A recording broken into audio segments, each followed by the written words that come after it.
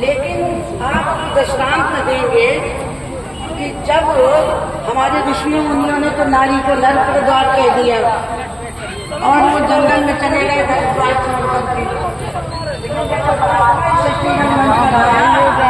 तो उसने क्या कहा कि हे नारी, तुम सर का द्वार हो, तुम जब सो जाती हो तो संसार सो जाता है, तुम जग जाओगी तो संसार जग जाएगा। तो इन आंखों से तो हम जगे हुए हैं, लेकिन बहुत सा नेत्र है जिसे हम सोए पड़े, वो है आध्यात्मिक ज्ञान का नेत्र। उस नेत्र को हमें जगाना होगा। हम सब आत्माएं हैं और आत्मा की दिव्य शक्तियां हमारे सबके पास है।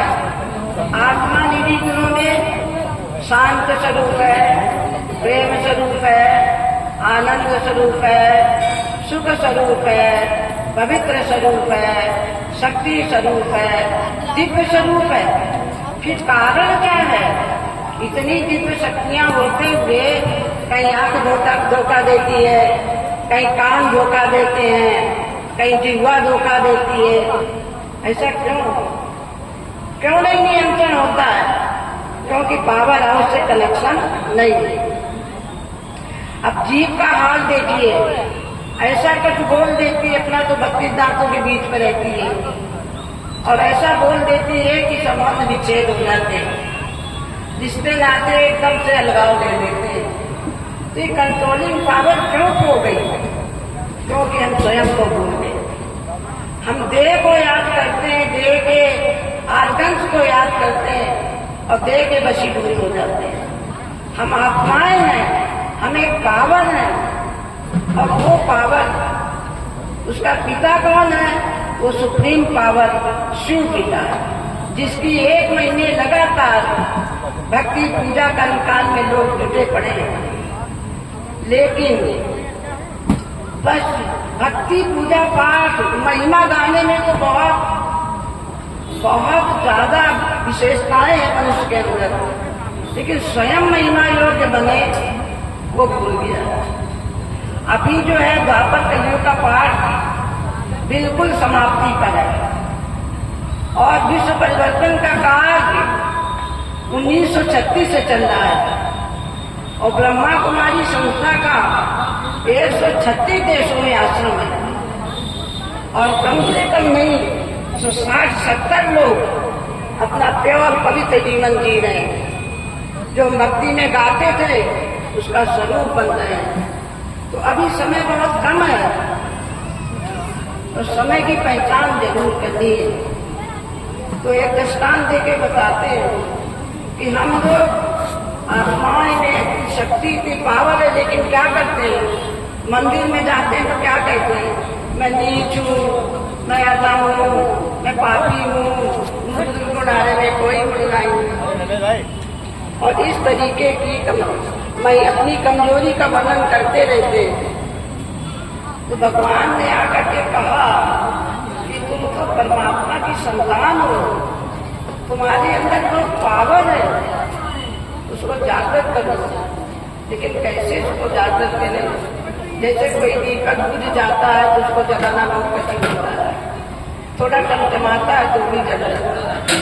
तो हमारा भी ज्ञान का दीपक अभी बुझा नहीं है पूरी तरह से। क्यों नहीं बुझा है? क्योंकि भक्ति पूजा पाठ ये भी आध्यात्म है, हम कर रहे हैं। ईश्वर के प्रति श्रद्धा है, हम व्रत रहते हैं, दिन भर भूखे रहते हैं, ये हमारी श्रद्धा है। लेकिन अभी जो विश्व विनाश सामने खड़ा है इसको साधारण न समझ लेना। भगवान ने मात्र शक्ति को नियुक्त क्यों किया?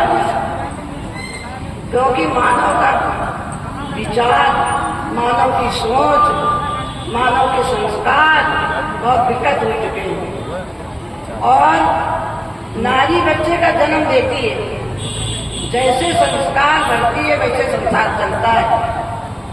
पहले का समय था जब बदासा जैसी माएँ होती थी, अपने बच्चों को लोरी लेते हुए कैसे शिक्षा देती थी? क्या शिक्षा देती थी? कि शुद्धो असि, बुद्धो असि, निरंजनो असि, संसार माया परिवर्जितो असी। ऐसी श्रेष्ठ शिक्षाएं दे करके अपने बच्चों को लोरी देती है। आज की माएँ क्या कर रही है, जैसे बच्चा थोड़ा बड़ा होता है टीवी खोल देती है और पिक्चर खोल देती है और अपना कार्य करने लगती है। अब बचपन से ही संस्कार जब ऐसे कलुषित होंगे तो भविष्य कैसा होगा।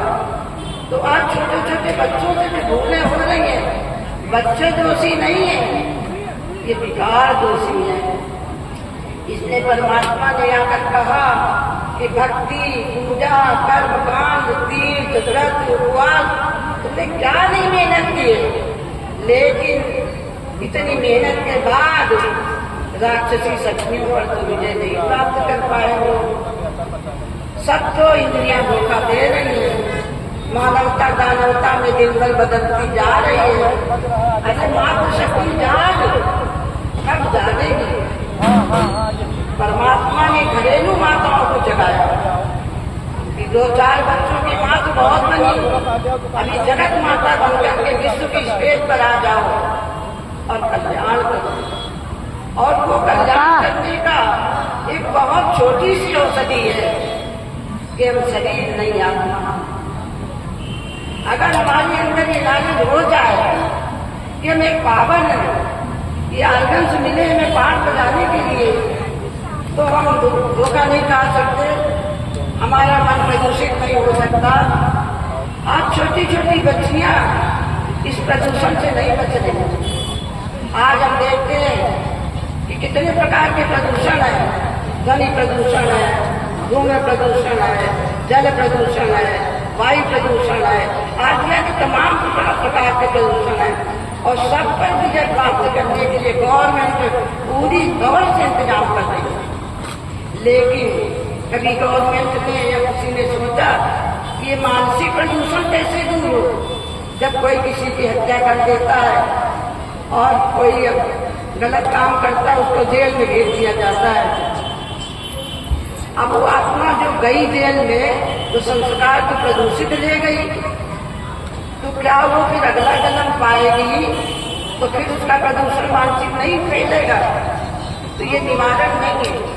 निवारण ये है कि हम सब आत्माएं परमात्मा की संतान है और परमात्मा की शक्तियां, परमात्मा के गुण हम आत्माओं में विद्यमान है, लेकिन माया का आवरण पड़ा, हमारी शक्तियों पर माया का आवरण पड़ा।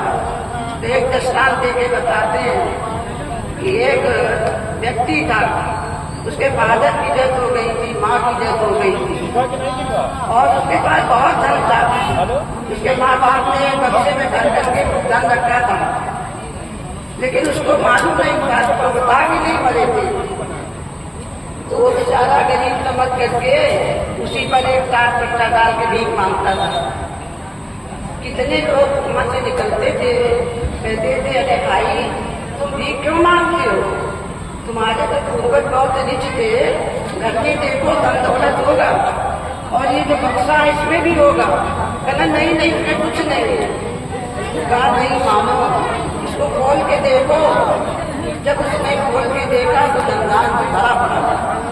तो परमात्मा भी जब इस सृष्टि पर आते हैं तो भगवान कहते हैं बच्चे 2500 वर्ष से गा रहे हो कि विषय विकार मिटाओ माँ करो देवा, तन मन धन सब कुछ तेरा, ना लागे मेरा, और तन भी मेरा, मन भी मेरा, तन भी मेरा। विषय विकार मिटाओ माया और उन विषयों में बचोगे तो कैसे उनसे मुक्ति पाओगे।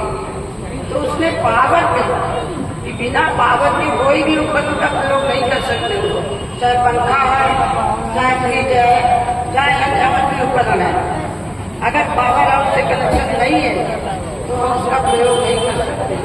और सुप्रीम पावर से जब हमारा कनेक्शन होगा तो जितनी हमारी कर्मेंद्रियां हैं, आंखें धोखा नहीं देंगी, जीवा धोखा नहीं देंगे, कान धोखा नहीं देंगे, कोई भी इंद्रिय में धोखा नहीं देंगे।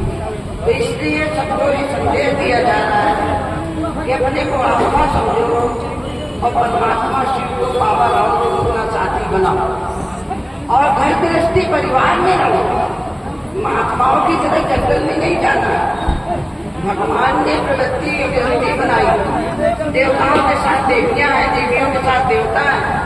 वो तो प्रवृत्ति मार्ग के हैं, वो तो जंगल में छोड़ के नहीं गए। तो ये जो स्थापना हो रही है, स्वर्ग की स्थापना हो रही है, सतयुग की स्थापना हो रही है, और 1936 से ये कार्य चल रहा है। आप लोग बहुत पिछड़ गए हो, और अगर अभी भी मार्जिन है, थोड़ा समय बचा है कलयुग का, और समस्याएं तो शुरू हो गई है। लड़ाई झगड़ा युद्ध की कोई कमी नहीं है। प्रकृति अपना पूरा प्रकोप फैला रही है। बाढ़ है, भूकंप है, कोई चीज नहीं छूट रहा है। तो हमें करना क्या है? हमें सिर्फ यही करना है कि हम शरीर नहीं आत्मा, शरीर नहीं आत्मा है, और आत्मा का पिता परमात्मा है। अपने अपने कर्तव्यों का पालन करते हुए, क्योंकि भगवान ने कर्तव्य क्षेत्र पर हमें भेजा है, और कर्तव्य अगर छोड़ देंगे तो भगवान ही नहीं खुश होगा। तो हमें अपने कर्तव्यों को करते हुए एक कर्तव्य को करना है, वो हमारी प्रार्थना रिक्वेस्ट है। क्योंकि परमात्मा ने हमें जगत माता का टाइटल दिया है। क्या करना है? सिर्फ परमात्मा को याद रखना है। वो एक ज्योति है, वो एक प्रकाश है, वो सुप्रीम पावर है, जो लिंग रूप में पूजा जाता है।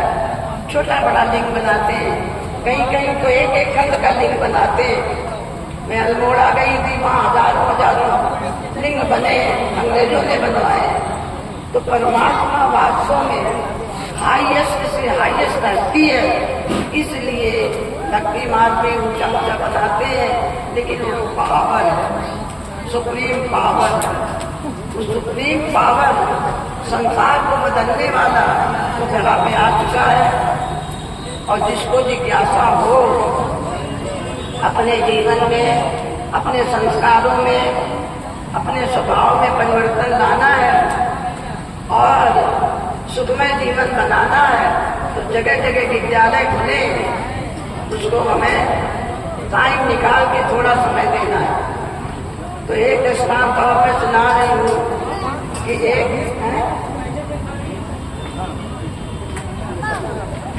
मिनट। हाँ, तो कहते हैं कि